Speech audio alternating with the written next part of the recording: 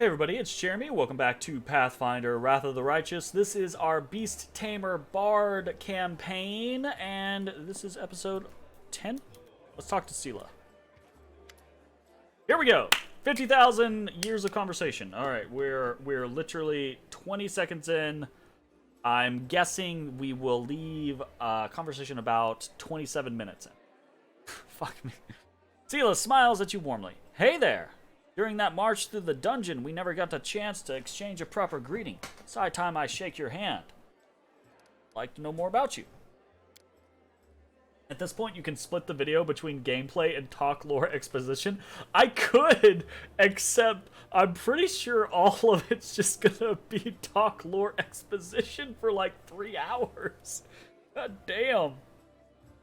Oh, definitely a little front-loaded. But again, I don't have to go through all of these. I could have just, like, ran over here, talked to Irabeth, and then walked out the door, right?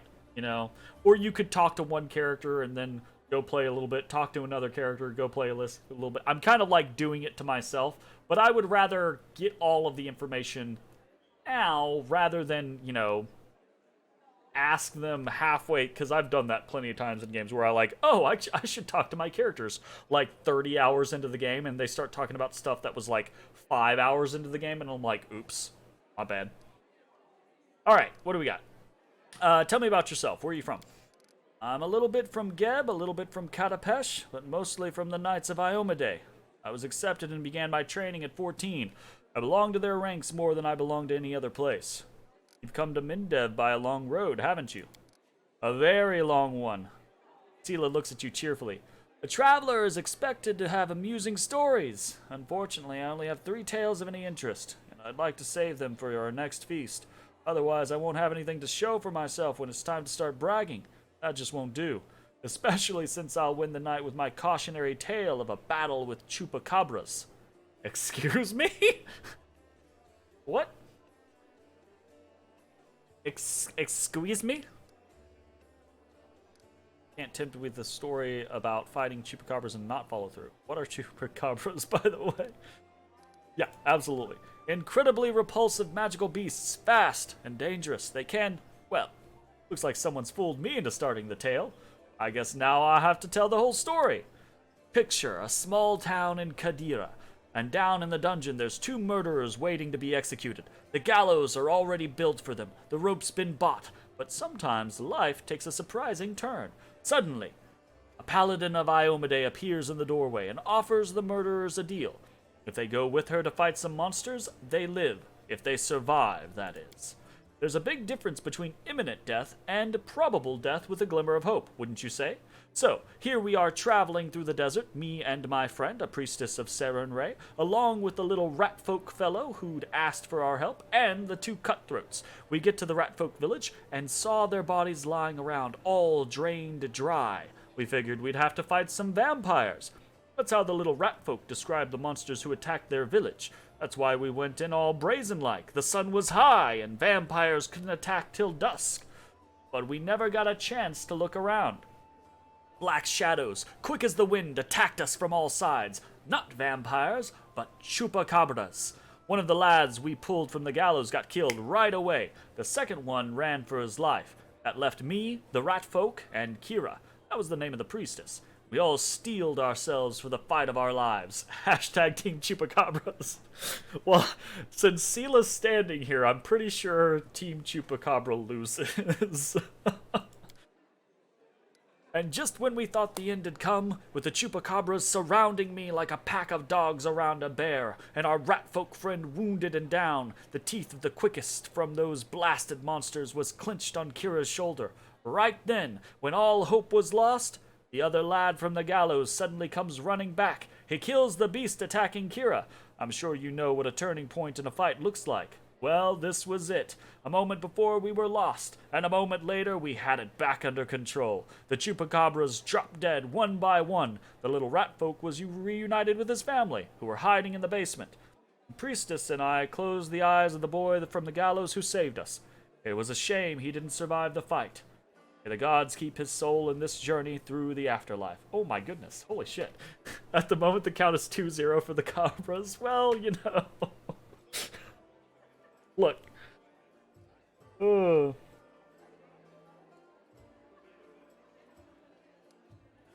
Your savior was a fool. Evil. Evil! Now, hell yeah, that's a good story. He could have died in disgrace on the gallows, but instead he died a hero. And I'd fancy the stunt earned him some points at his final judgment. It's smart to remember our journey doesn't end in death. Had it not been for that mercy, Milos, that was his name, would be hanging from a noose, and me, Kira, and all the rat folk would be dead in that village. Someone told me that a kind deed done by an unkind person is 100 times more precious.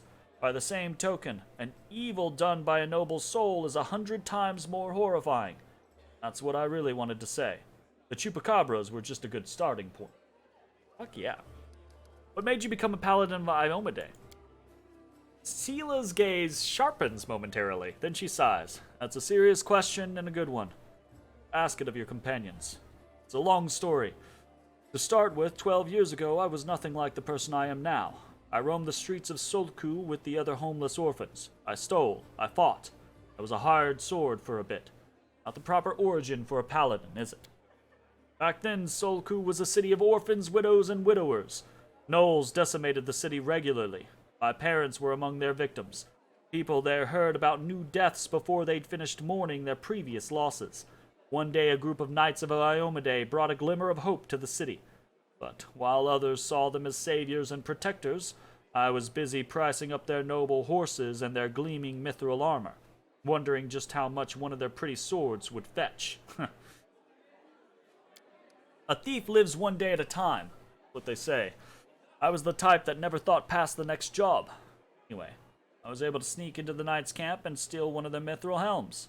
Sela pauses, her voice sad and measured. And I was right there when a gnoll attacked the helm owner. Asemi was her name. Dealt a blow to her unprotected head. A gnoll like all those others she'd fearlessly driven from the gates of Solku. That one blow was fatal. Who really was to blame for her death? Gnoll attacker, or the young thief named Sela?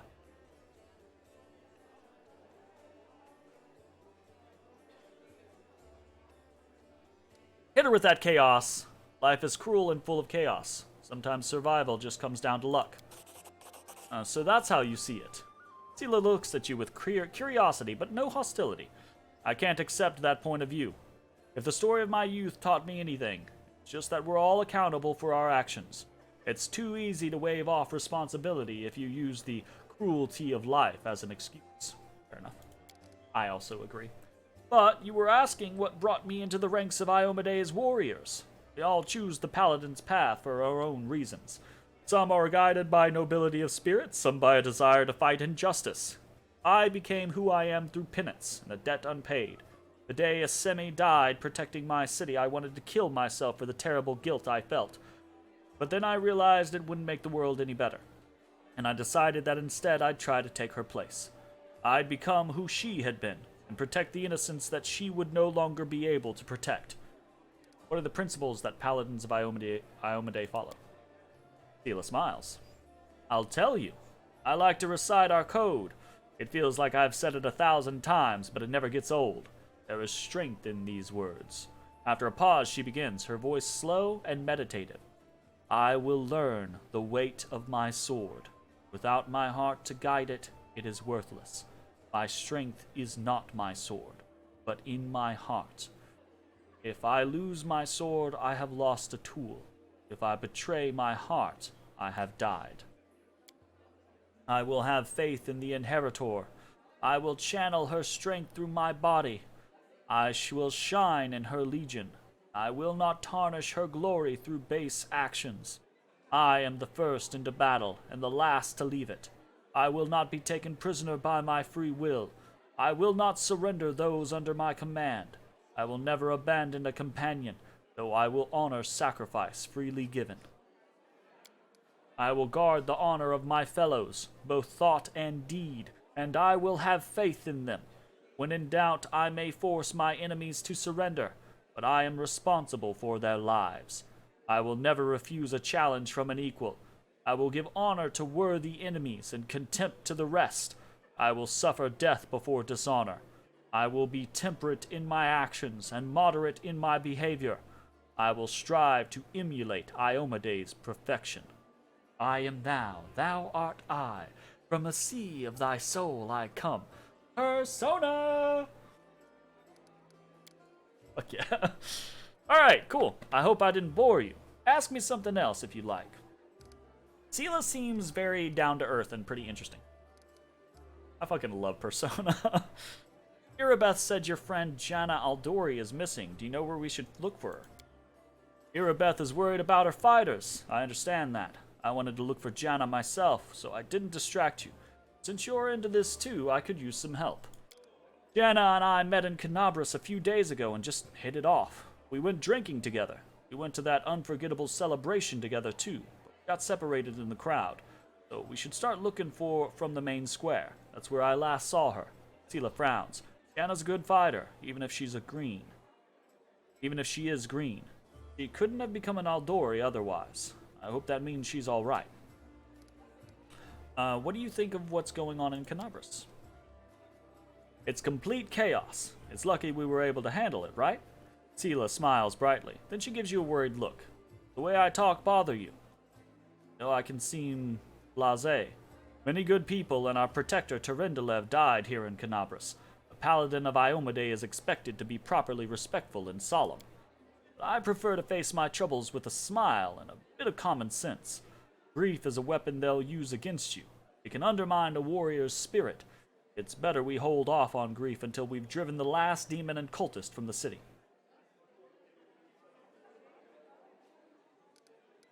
Hit her with that chaos. If we want to win, we can't be mourning our deceased day and night. Plus, joy heals the soul.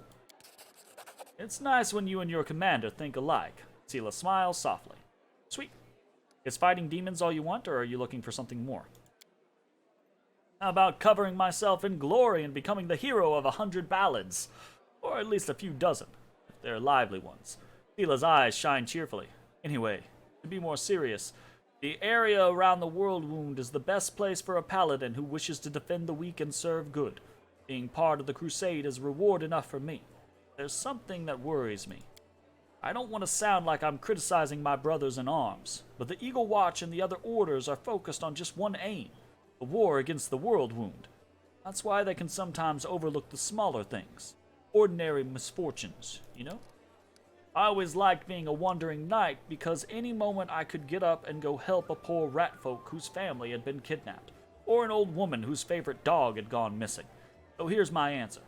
I don't have some big important goal, but I'll be happy to help those who need it. A little bit here and there.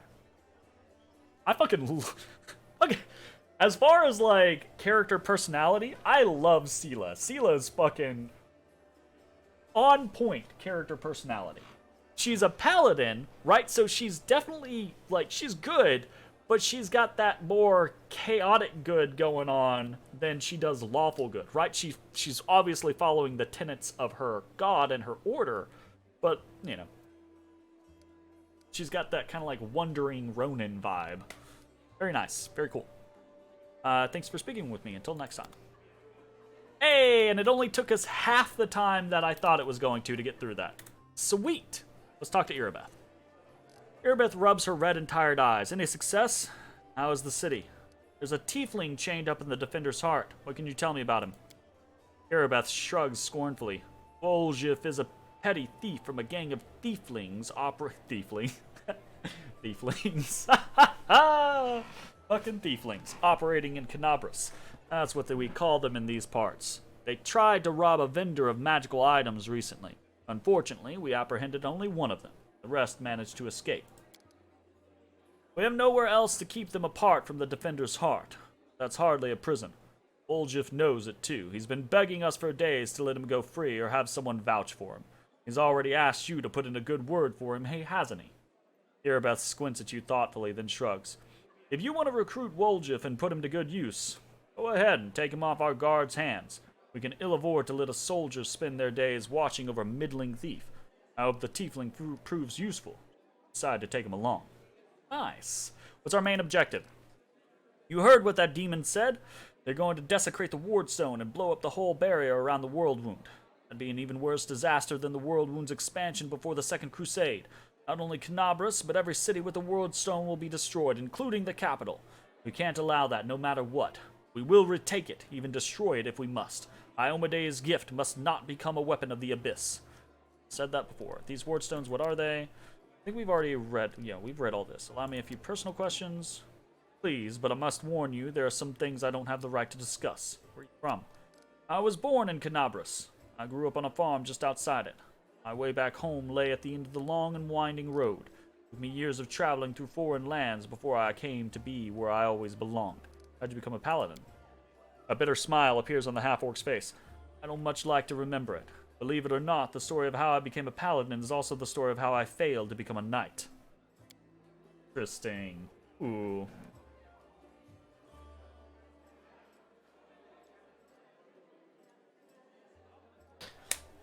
My parents were crusaders. May their souls stand together in Iomede's celestial army. When I was born, they retired from the war and started preparing me to continue their legacy.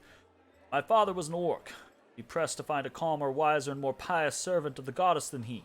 But still, all his life he was dogged by sideways looks and whispers. When I grew older, and it was time for me to serve, I decided, anywhere but Canabras. That was where my father had served loyally, and his only reward had been injustice. Besides, the witch hunters, led by the honorable prelate Hulrun, stalked the city with a heavy hand. That's when he was doing the witch hunts. Gotcha. Yeah, we read through that. Who knows what they'd have done to a strange girl with green skin. Instead, I went to... A smirk that looks more like a painful grimace crosses her face. You can laugh if you want, but I was young and foolish. I chose Lastwall of all places. I have no idea what Lastwall is. You can imagine how well I was accepted in a country that's been battling the orcs of Belkzen since its foundation. Oh no. Oh no. Hold of Belkzen. While orcs can be found throughout Golarion, nowhere else are they as plentiful or live in as densely populated settlements as in the Hold of Belkzen. Belkzen is an unforgivable wasteland filled with shrub brush, steep mountains, and uneven badlands where water is scarce and generally limited to the seasonal flood road. There were many there like me, but we were all treated as second-class citizens. To the locals, my green skin was worse than leper scabs. Even my brothers in faith kept their distance. I took my vows, and the goddess granted me the powers of a paladin. Even then, not a single order would accept me into their ranks. I spent another 6 months knocking on doors before I realized the simple truth. I serve Iomede, not these people. I don't have to prostrate myself before them. So I left, as a paladin, but not a knight. Please tell me this isn't the same scene? No, different scene. No. We've talked to like 3 or 4 other people since then. Knight issue, right? Things are bound to be tough for your kind, too. Belong to 2 different races, but neither is willing to embrace you as one of their own. But at least relations between human and elves aren't poisoned by centuries of mutual hatred. How'd you come to join a knightly order? I left Lastwall and went traveling. The goddess guided me, and my path led me to where atrocities were happening. I often fought in exchange for gold, but never for unworthy aims, of course. I wandered the river kingdoms for a few years, killing monsters and tracking down criminals. Sometimes I thought I was just wasting time, that my true place was in Canabras, but I pushed away those thoughts. I didn't even want to think about going back. But in the end, divine providence had brought me to my senses. It happened in Timon. I was tracking a gang of bandits, which my employer suspected was a cover for Rasmirin spies. I managed to find their lair, but inside I found something far more dangerous than spies, an unholy temple to Zon Kuthon. When I broke in there, the cultists were about to sacrifice someone, a person who was destined to become my wife, Nevia. But that's another story. I want to hear that story! Rasmirin. The realm known as Rasmirin was once just another turbulent, violent river kingdom, the Archduchy of Melkat, where leaderships changed as often as the years. This ended in 4661 when the land was conquered by Rasmir, a tyrant claiming to have ascended to godhood. Zon Kuthon. The deity Zon Kuthon, Also known as the Midnight Lord, the Dark Prince, and the Prince of Pain, God of Darkness, Envy, Loss, and Pain possesses one of the most twisted and evil minds in the Great Beyond. His position as God of Pain is well earned, and he has been the root of countless tortures, murders, and worse throughout time. He was once a benevolent demigod named Daubral, but was corrupted when he traveled to the far dark places between the planes and returned in his current form. His half-sister, Shellin, still holds out hope that she can redeem him, though the Lord of Shadows shows no sign of remorse or compassion. Interesting. After I cut down the cultists, I examined their papers and couldn't believe my eyes. A network of evil cults had spread through all of Avestan, including Mindev. Worse, the documents clearly showed that their allies, the Templars of the Ivory Labyrinth, had infested my native Canabras, and were even among the ranks of the Paladins. After that, delaying my homecoming would have been tantamount to desertion. Luckily, I was no longer alone, and Nevia was as eager to destroy the cultists as I was. Nevia and I hurried back to Canabras. We couldn't trust anyone. The papers indicated that the cultists had infiltrated everything. Luckily, I had some experience in investigation, and my beloved, the half-orc, smiles warmly. He knew her way around working locks, tailing people, and trading information with the city's bottom feeders. Soon we defeated, alas, not the whole Hydra, but a few of its heads. You know who turned out to be the leader of the cultists? The commander of the Eagle Watch. Can you imagine? While Prelate Hulrun was chasing witches through the city, the enemy had infiltrated the very order responsible for internal security. The scandal reached the ears of the Queen. First, she planned to disband the order in disgrace, but then she offered its command to me, put its salvation in my hands. Of course, there was one small catch. I wasn't a knight, but I was made commander just the same, skipping the usual progression through the ranks. I can't imagine the followers of Zon Kuthon in alliance with demon worshippers. Shouldn't they hate each other? They should, but Baphomet's minions are masters of deception. They manipulate Zon Kuthon's butchers as eagerly as Iomede's knights. The cultists from that unholy temple didn't know the true face of their associates in Canabras. We ourselves learned the truth much later, after getting to the bottom of their nest. I actually really enjoyed this difference between the kind of like representation of Baphomet in Dungeons and Dragons, or at least in more modern Dungeons and Dragons, and Baphomet in Pathfinder. Baphomet in Dungeons and Dragons, he's not a dummy by any stretch of the imagination, but he and his ilk, the Minotaurs, they have more of a focus on bestial rage, right? This, charging bull aspect. Whereas the Pathfinder Baphomet is way more focused on the concept of like the maze of the Minotaur, and Baphomet being this exceedingly cunning creature that outwits its opponents and manipulates its opponents, right? But then has this raw bestial fury that he can call upon. It's really cool, and I think that that focus is somewhat lacking in the more modern D&D side of the coin, At least as far as I've seen, anyway. How did the people of Canabras feel about your background? They tolerated it surprisingly well. I shouldn't have been so wary. Crusaders don't tend to be prejudiced, as a rule. After all, heroes from all over the world, even from other continents, come here to fight the demons. Apparently, the people were only suspicious of full-blooded orcs. There were already many like me here, and we don't have any problems. Though the locals do have their superstitions. Mindev is as merciless as Lastwall. They don't have a different set of victims. Or they just have a different set of victims. Crusader see, Crusader smash! Hell yeah. I really want to play a run where I'm just like a fucking fighter or something like that. Or maybe I'll do like a cavalier and everything is just like super low intelligence, smash! Smash! I kept seeing those same sideways looks and scowls, hearing the familiar whispers. But where once they used to whisper behind my back and point at me, now they whisper in my ear and point at someone else. So strange to be on the other side of humiliation, to wipe the spit from your face, and suddenly be invited to change position and spit at someone else's. Must have figured out by now that I'm talking about Tieflings. It's true there are many of them among the cultists and few among our crusaders, and our fighters do all they can to drive away those who would be our allies. People shun them, call them Arilu's spawn, and worse. As if they chose to be born like that. I believe it's quite a feat to rise against the call of one's blood and join the forces of good. Still, most only see them as the enemy. I once saw a knight bleeding to death because he wouldn't let a tiefling priest touch his wound. Alas, I haven't been able to change this in all my time in Canabras. Tell me about Anevia. We met in Timon as I was wandering aimlessly from one ordeal to another. We returned to Canabras together to expose the Templars of the Ivory Labyrinth. The day the Queen knighted me was the second happiest day of my life. The first was the day of our wedding.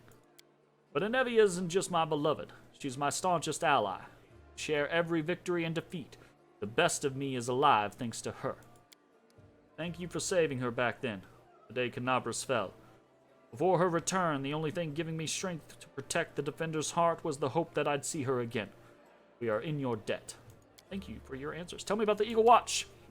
It's a small order created to fight not only demons, but also the enemy within, to maintain the purity of the paladin ranks, prevent heresy, and identify spies. And it failed miserably at that. The Templars of the Ivory Labyrinth infiltrated it and formed their nest within its ranks. After the Queen entrusted me with leading the order, Anevia and I practically rebuilt it from scratch. We got rid of dead weight, people who weren't committed. We organized ways to transmit messages and orders safely. We introduced reliable ciphers. We found tacit allies around the city, from crusader orders to street beggars. Nobody expected the Paladin Inquisition! I mean, some people probably expected it. Just a few. They are paladins, after all. A little bit of Inquisition here or there, right? I find it so funny that there's just a straight-up Inquisitor class in this game. And I'm like, what? Are we just putting the screws to people over here? Like, what the fuck? This was my personal crusade, to purge the city of the Templars who had infested it. But I thought I was winning.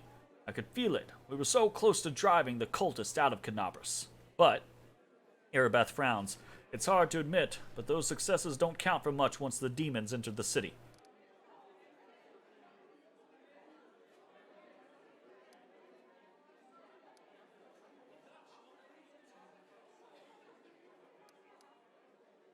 On the contrary, if it wasn't for you, there wouldn't be a headquarters at the Defender's Heart. The cultists would have served up the city on a platter to the demons. The lines in Erebeth's forehead softened. Yes, that's true. A good thing we achieved something. Thank you. Have to go. May Umada keep you safe. Imagine the hubris of hunting Fallen and Paladin Special Organization by making another Paladin Special Organization. Yeah, absolutely. We are definitely down for Legend of Mana tonight. I'm probably going to play like another 2 or 3 hours of this maybe. And then around like 6:30, 7:30, that type of situation, we'll pop on over to the... I'll probably take like a break, like do a food break or whatever, and then food break, check-in break, that type of situation.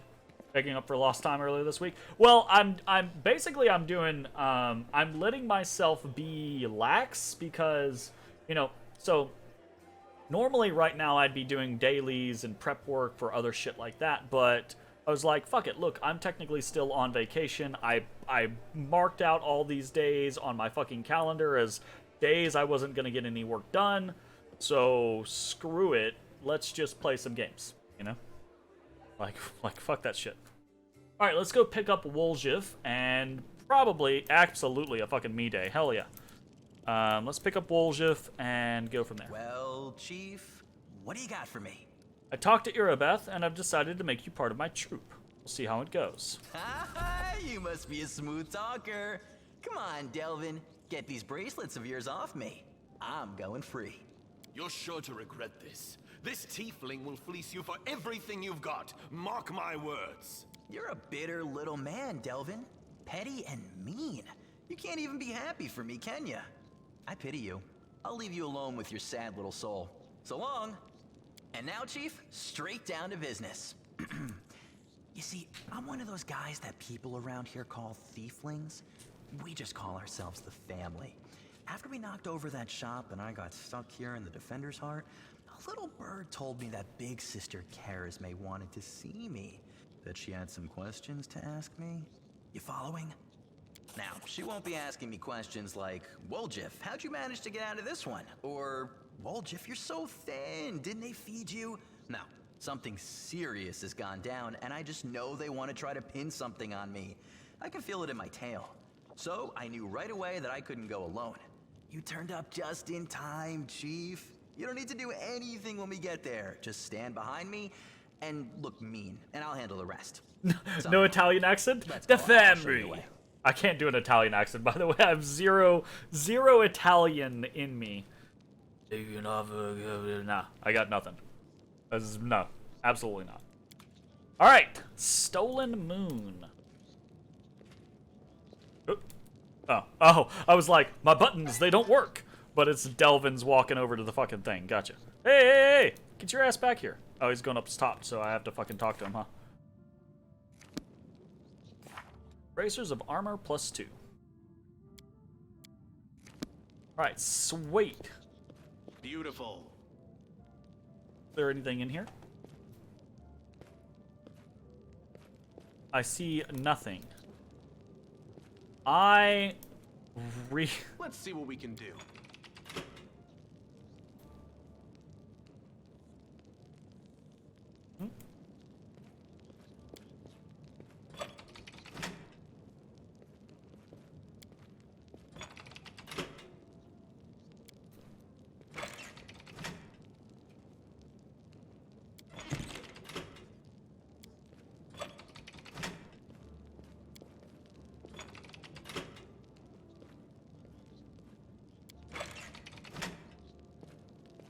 Here we go.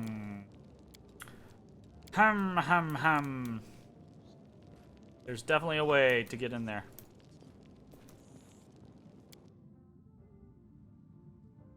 We'll figure it out later.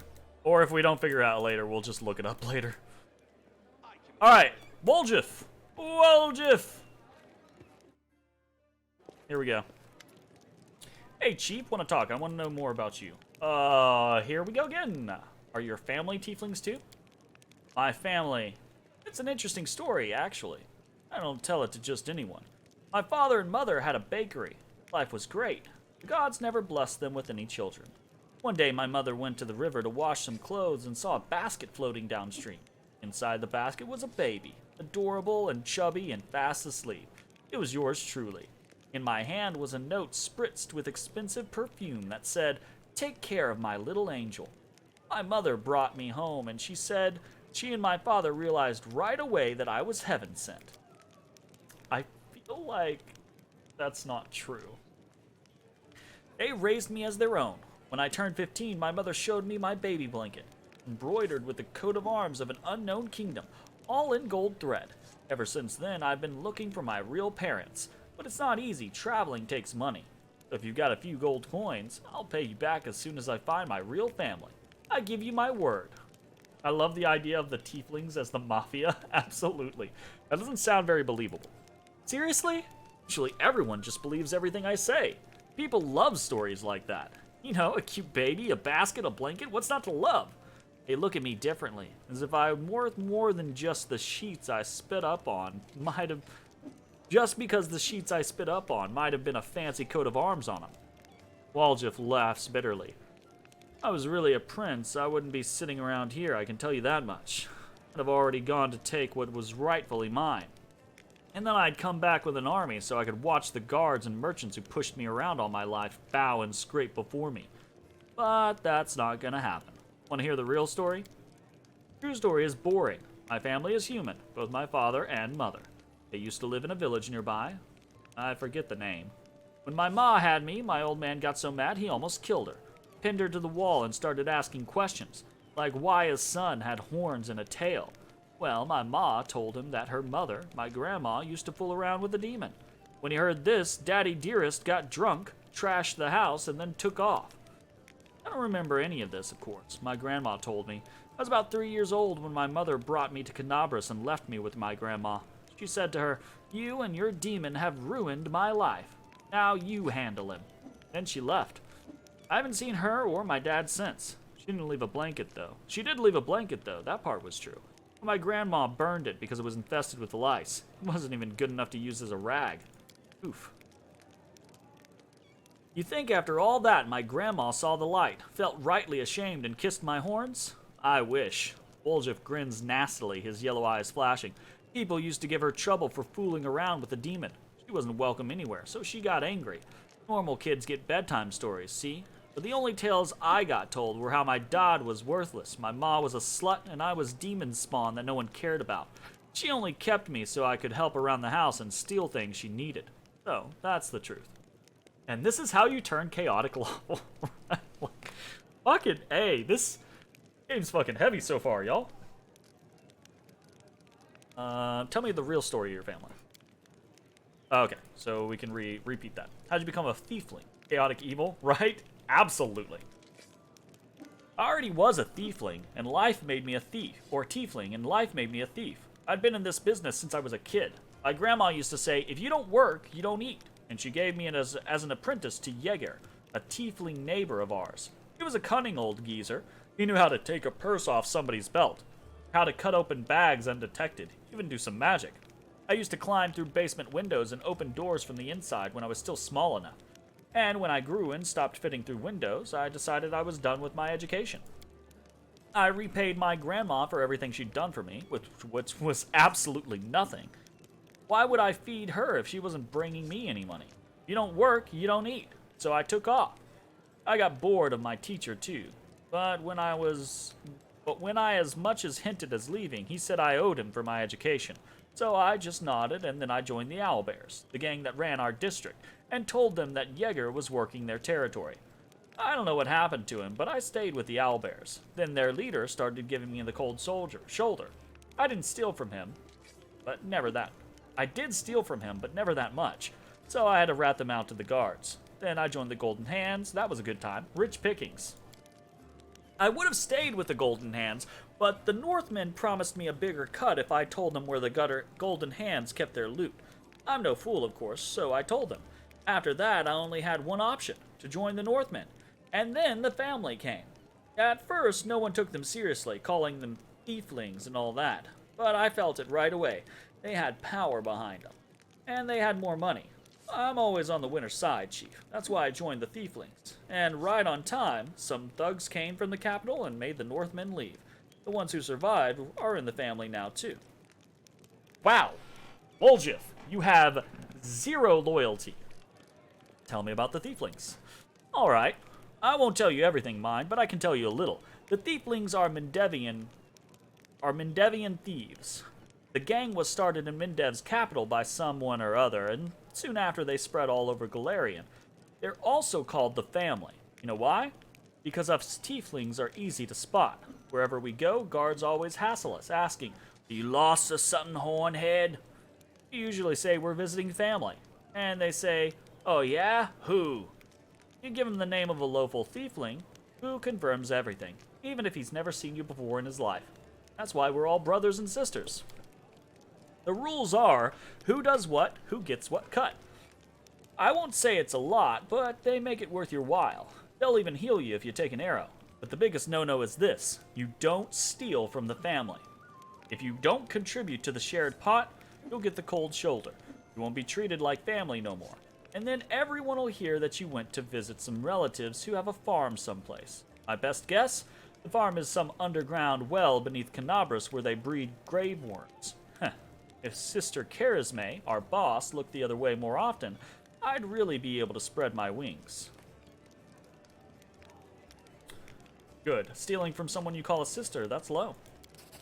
Birds fly low before a storm. I'm just surviving as best I can. Woljif fixes you with a look. Imagine the situation, Chief. You're 7 years old. You come home and your own grandma, your family, is lying there drunk. There's no food because she got wasted in the morning and didn't cook anything. And you know that she has a stash under the 3rd floorboard. You take this money so you don't starve to death. And then, when she wakes up, she beats you because you shouldn't have taken it. You should have stolen some food. You're a waste of space. That's something you can never understand, Chief. You only care about moral choices. You always know what's right and what's wrong. Brother, sister, grandma, mother. In real life, they're just words. In fairness, I do agree with him. What do you think of Canabras? It used to be such a hole. Then the Crusaders and refugees came here, and things started looking up. Although it depends on who you ask, I suppose. Witches better steer clear of here, because Iomede's followers are ferocious, especially Hulrun Shapik, the local inquisitor. He's a tough old goat. I didn't see it myself, but a serving girl at the tavern told me that her second cousin's son from his third wife was a paladin, and he said that Hulrun takes an unsheathed sword with him into the privy, and when he sleeps, he puts it on the pillow next to him, and when he's in his cups, he strokes the blade and whispers sweetly to it, "You are my one true friend. You are the only one I can rely on." That is fucked up. Irabeth's giving us a hard time too. You as much as look at some nice little bauble, and before you can think of taking it, before your fingers even twitch, she's coming for you, with her nostrils flaring and her fangs glinting. Scary woman. But even she's better than Sister Charisme, our boss here in Canabras. By our, I mean the Tieflings boss. If you get caught by Irabeth, it's all out in the open. You go to prison or you end up as worm food. But if you step on Charisme's toes, poof, you're gone. Just like that. No one ever sees you again. All you hear is, he went to the family farm. Even though he's never had a family or a farm. You have demon blood in you. Do you feel drawn to the abyss? Woljif's tail whips back and forth nervously, raising clouds of dust. Why, are you an inquisitor or something? What's it to you? If I've wronged you somehow, just come out and say it. Don't ask me trick questions. I know how it happens. I used to know a fella. He was married to the sister of a guard. Some shady types got him drunk one night and started asking him suspicious questions about the gods, about the queen.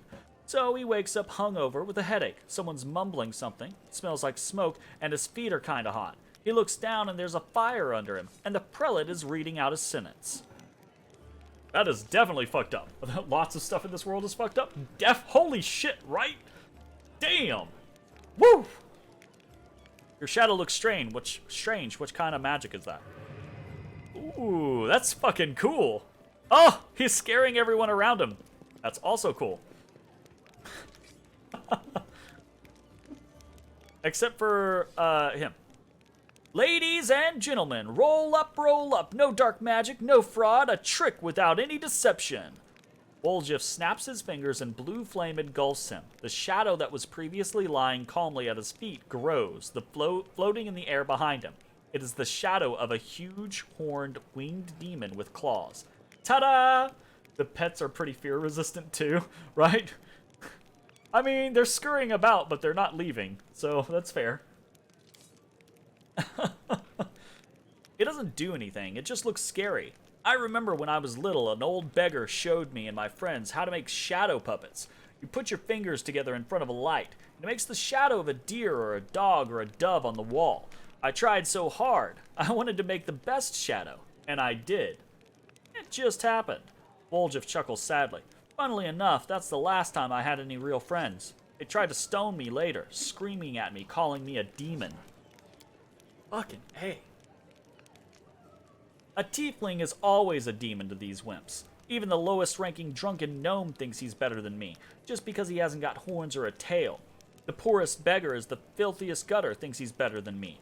Most people would never show their shadow again after that first time, but I don't care. If stones start flying again, I'll just run.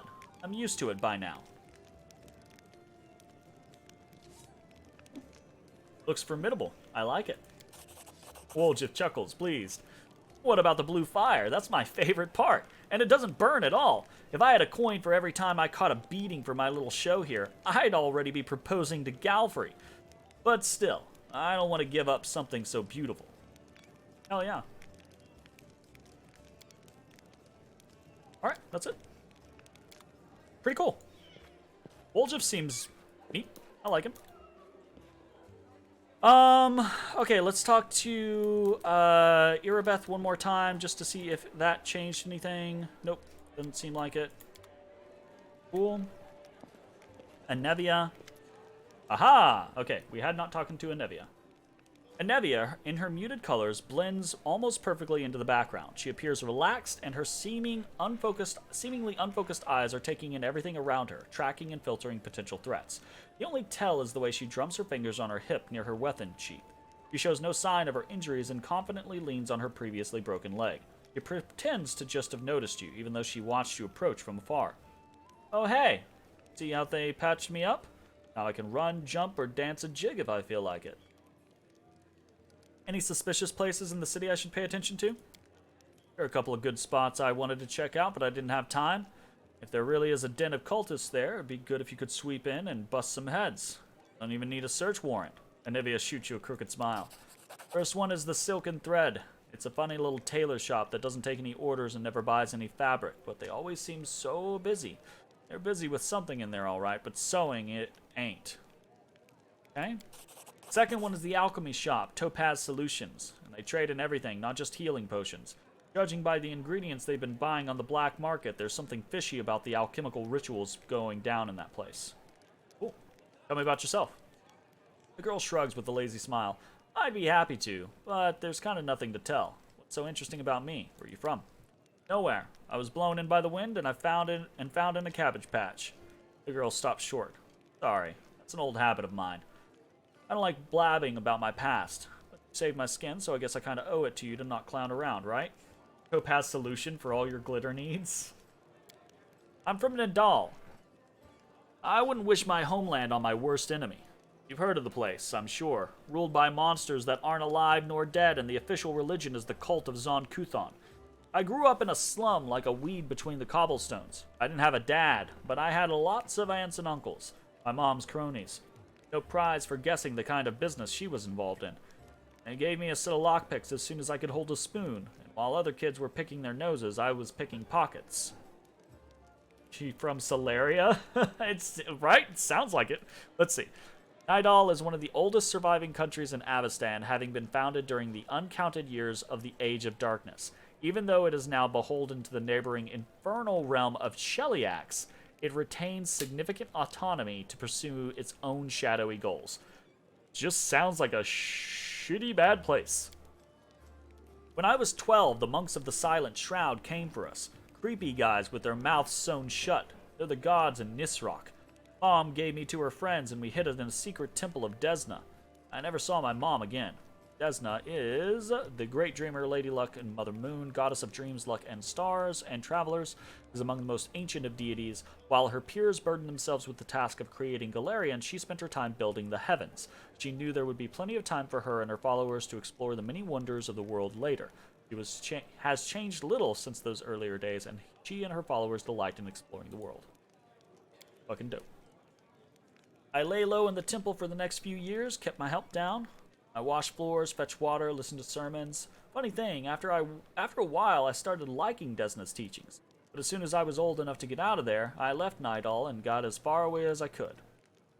Quite a ragtag group you got here, from nobles to street thieves. You got that right. Only the best for you. What do you do if the knights and nobles fail to save the world? The lowlifes are our only hope. How'd you meet Erebeth? Okay. I was bumming around Timon a while back, doing this and that. Desnan temples sometimes give me odd jobs. You know, sometimes they needed people with skills like mine. On the surface, it was fine, I guess. After Nidal, the freedom of River Kingdoms should have seemed like heaven, my chance to sit back and enjoy life.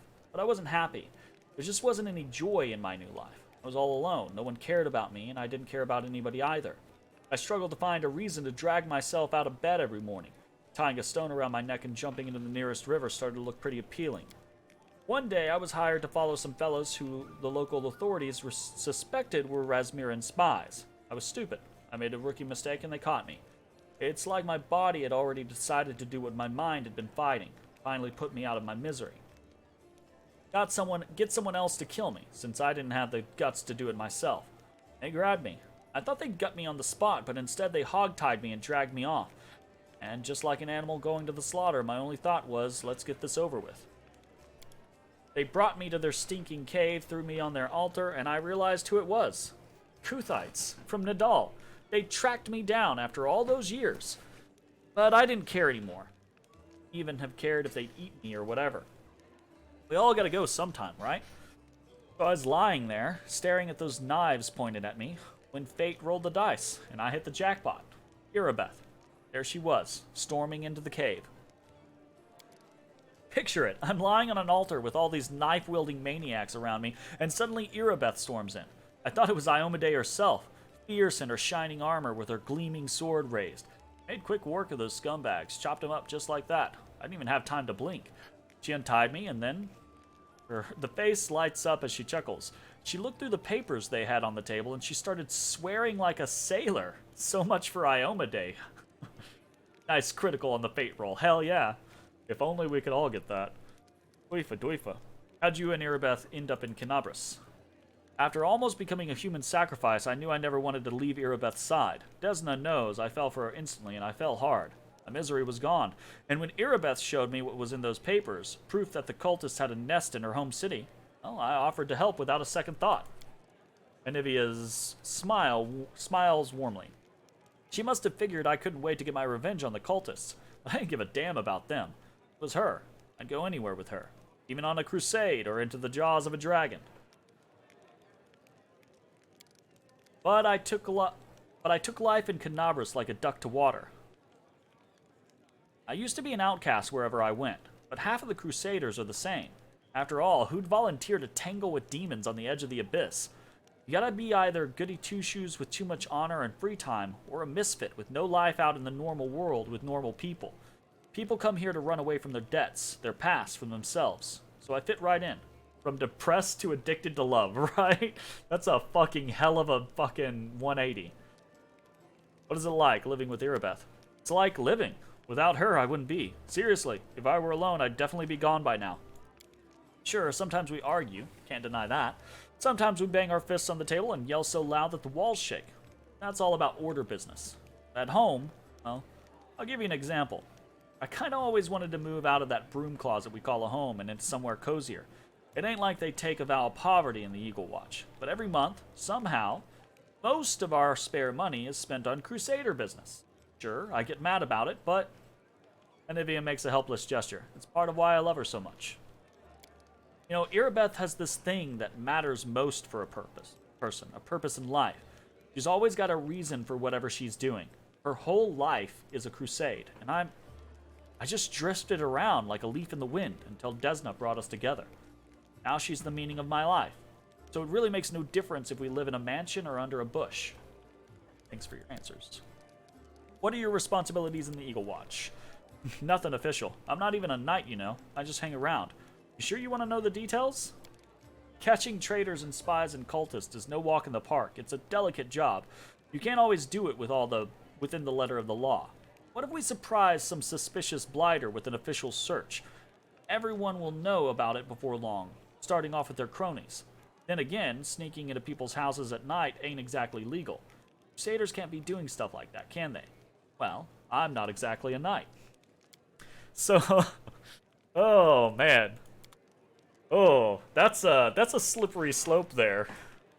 Can't make the demons wait. Alright, cool.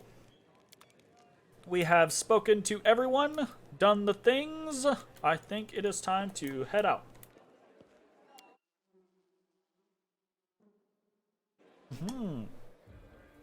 Oh, no. Don't get me wrong. We're heading out, but we're just going outside to talk to everyone here. Beautiful. Actually, I don't think there's a lot of people to talk out here. There's maybe some stuff to pick up, though. Oh. Ooh, what's up here?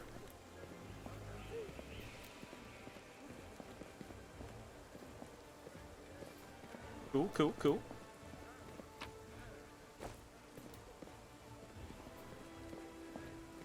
Let's see what we can do. So this is home base. Oh, and also, gameplay time, before gameplay time is going to be level up time. Because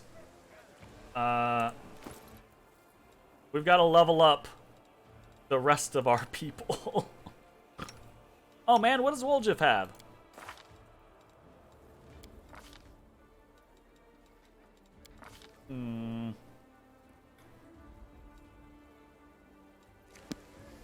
I don't know that I'm happy about that. I can handle it.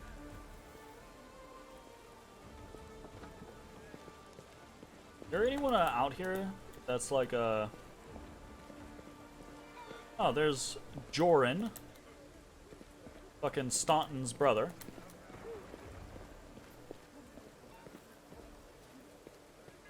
Talk to him. Cool. Oh, look at the pups! Look at this little pupper! Look at that little pupper! Oh, little pupper. Can't Here, make you the little demons pupper. wait. Come here. Don't you run for me. Don't you run for me! Ah! Stop running for me! Unfortunate. You cannot pet the pupper. This doesn't look like it. Beautiful. Okay, a grizzled dwarf turns a blade in his calloused hands, carefully inspecting its edge. So, definitely not gameplay this episode. New face in the city. Picked a good time to come to Canabras. You can see we're in sore need of warriors. Do you know everyone in Canabras by sight? Well, not everyone, but I make it my business to know the people who might need my services.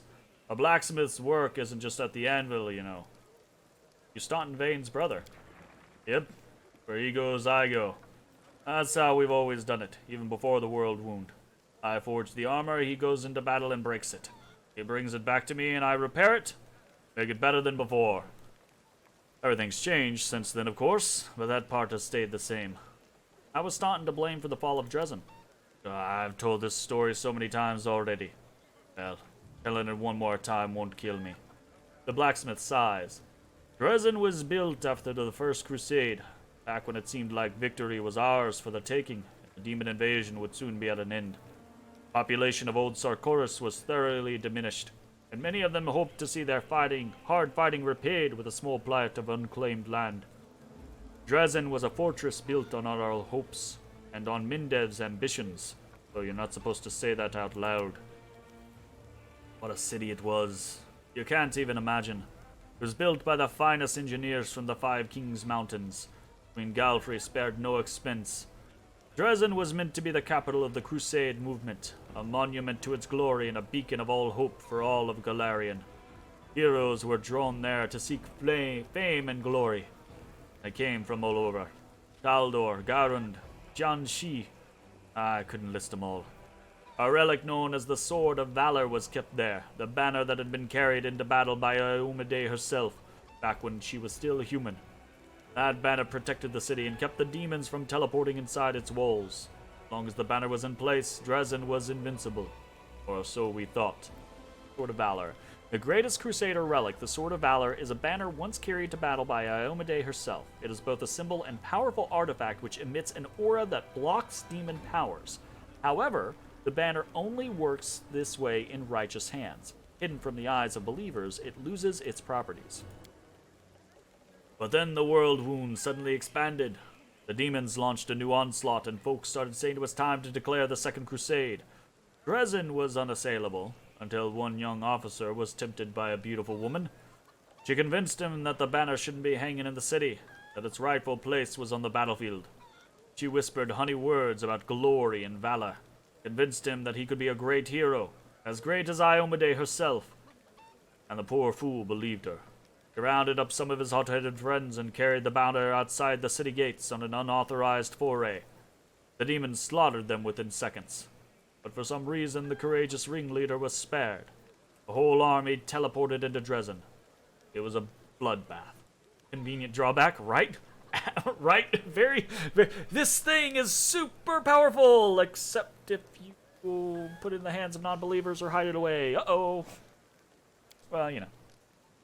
As you can guess, that officer was called Staunton Vane, and the woman turned out to be a demon, not just any demon. It was Minago, that foul wretch. Minago, we've read about her already. She's given us a lot of grief here in Canabras, too. Just don't ask me what I was doing while my brother was off having trysts with that beast, why I didn't save him from his own stupidity. The blacksmith gestures as if to ward off the inevitable reprobation. Who could have guessed it would end like this? I failed me, brother. That's the truth. I blame myself every day, looking at his plight. That's the story. Why do you have your forge here in the tavern yard? Wherever I am, that's where my forge is. True master of any craft will always find the tools they need. I miss me old forge, of course. Now just a pile of charred stone and metal. But I've still got me hands, and that means I can work. Show Radiance to Joran. Do you recognize the sword? Do I recognize it? Of course I do. I made this with my own hands. There's me brand, see? The dwarf carefully takes the sword in his hands, gazing at it like a doting father. Oh, Yanael, things have been tough without you. But at least we still got your sword. That's something. Joran returns the sword to you. In battle, ordinary swords get blunted. They break. But sometimes a weapon can preserve. I don't know how to explain it. I'm no authority on these things. But something like an echo of the deeds done with that weapon. Or more like the reflection of the wielder's soul. I don't know.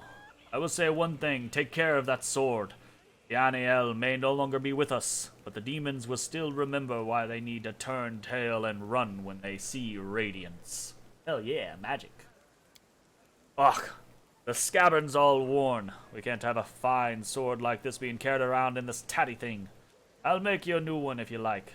If the city stands strong and we both survive, come see me again and I'll have it ready. No charge. Nice, okay, so it's like the... that tells me, right, that it's a scenario of like, the sword will probably upgrade once you get done with this chapter. Because I'm assuming this chapter is going to be defend Canabras or lose Canabras, whatever, you know. Very interesting. Show me your wares. What do you got? Bulk selling. Looks like a bunch of regular shit. Here's some unregular shit. Banded mail +1. That's probably worth just picking up and throwing on Sela, honestly. The +1 AC. Heavy shield +1, another +1 AC. Leather armor, rugged helmet. Ooh. -3 penalty to perception checks, but DR3 for melee. That's fucking pretty good. Like, hell yeah. Because we don't give a shit about Sela making perception checks. Deceiving Facade. +1 buckler receives a critical hit. They are affected by the... Ooh. Nice, that's cool. Armor of Vigilance.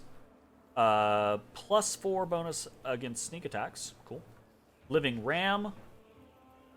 Additional 1d6 when you charge. And you can knock people prone. That's pretty dope. Smasher. Whenever this +2 necrotic Earthbreaker confirms a critical hit on the enemy, they must pass a Fortitude saving throw or suffer 2 strength ability damage. Pretty neat. Attrition Dagger. Once a round, when this +1 dagger lands a hit on an enemy, it deals them 1 Constitution ability damage. This power can't lower the target's Constitution ability score below 5. That's kind of whatever. It was interesting, and then it was less interesting. Detainer. +2 heavy crossbow. Makes a Fortitude saving throw or be knocked back 15 feet and becomes slowed by 1 round. Hit. That means even if it has made no damage. I'm not sure, right? Because I would assume that is a yes, but I don't know if they have damage reduction. So, for example, take like the water elemental had 5 DR. If we hit it, it would pop up with a red hit tag, but we will do no damage if we rolled under 5 damage. So I'm not sure. Not sure at all. That'd be something we'd have to like test. Whenever a +1 heavy flail misses an attack, the next attack the wielder makes, no matter if it hits or misses, deals an additional 1d6 bludgeoning damage. That's kind of cool. Pain Channeler, +2 bonus weapon, bonus on attack rolls for all touch attacks. Very good for a magus, basically. Bastard Sword. Well, I say magus, but maybe also for a couple of... Bastard Sword +1. Okay. Butcher of Undead, +1 against undead creatures. Roaring Hand Axe, +1 sonic damage on hit. Neat. Light Crossbow of Force. When it confirms a critical, it deals 2d4 force damage to all enemies in a 10-foot radius. That's pretty neat, actually. Light Hammer of Righteousness, holy damage. 1d8 additional critical damage, 1d3 acid damage on hit. Pretty neat. Just a +1 trident. And looks like a bunch of other random nothing. A bunch of masterwork stuff, which is cool. It's perfectly fine. I am probably going to not spend any money currently. Ooh, Quiver of Cold Iron Ammunition. That does make me wanna. I do kind of want to pick that up for land, because we are definitely going to go fight a bunch of a Masterwork Composite Longbow. I probably want to pick that up as well.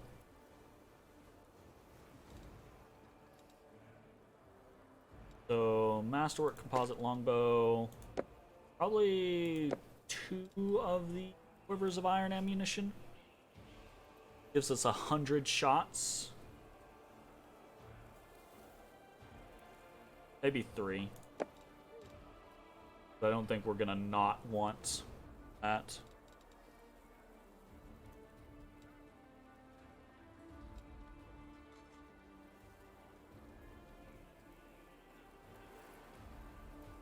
I think we really want that. We're not gonna want that.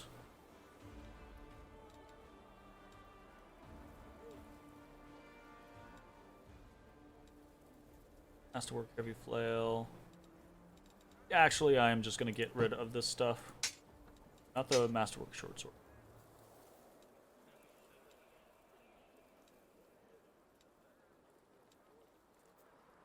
Scimitar is not finesse, so we don't care about that.